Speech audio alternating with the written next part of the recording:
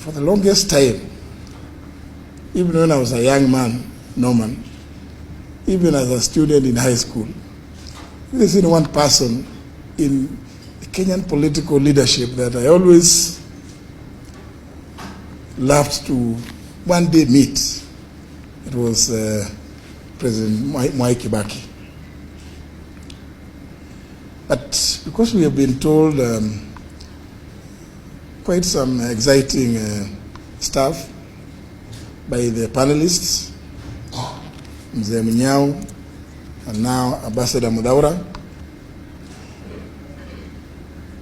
I want to just pick one point, not about his eloquence and his capacity to debate any topic in Parliament, which I found quite unique, but it's something that I think, for me,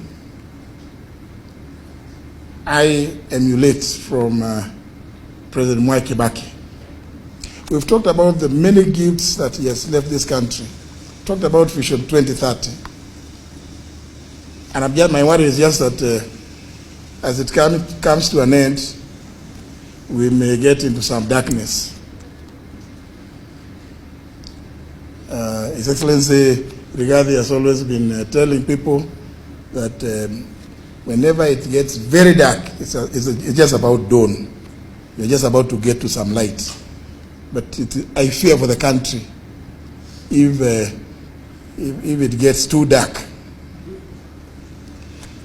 This document that at every time, and it's a dictator, before you take up any state job, you must swear by the Constitution to defend it, to uphold it, to protect it. As my brother Eugene pointed out,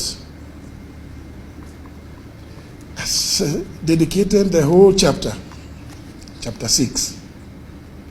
But know what? Actually, you don't need to read chapter 6. You just need to follow the public life of the longest serving member of parliament so far in this country, Mwai Kibaki. Chapter 6 is on leadership and integrity.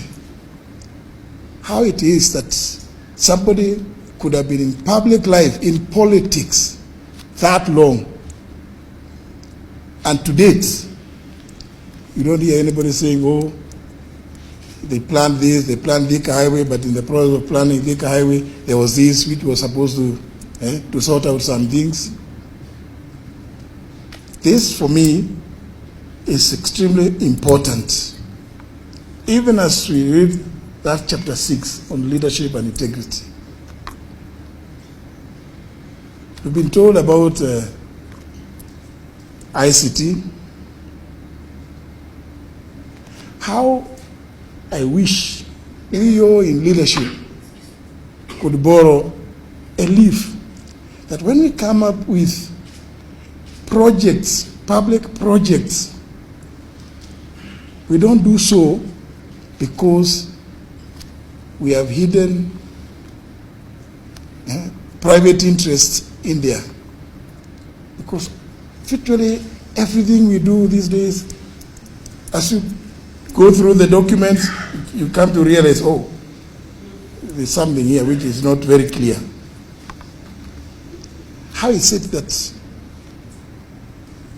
President Mwai Kibaki went through it, Minister for Finance, Minister for Health,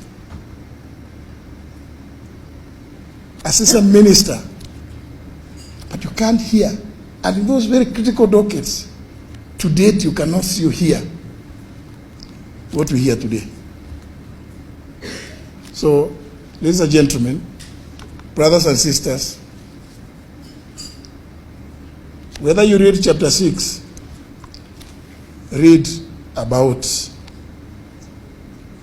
President Mwai Kibaki to know what it is. When we talk about good governance, when you talk about integrity in public leadership, in office, you just need to read the history of Kibaki. Then you can read chapter 6 as kind of a lullaby. Because when you read the history of Kibaki, then integrity in public leadership, in public office, will become so clear to you that you don't need to read anything else. Many of you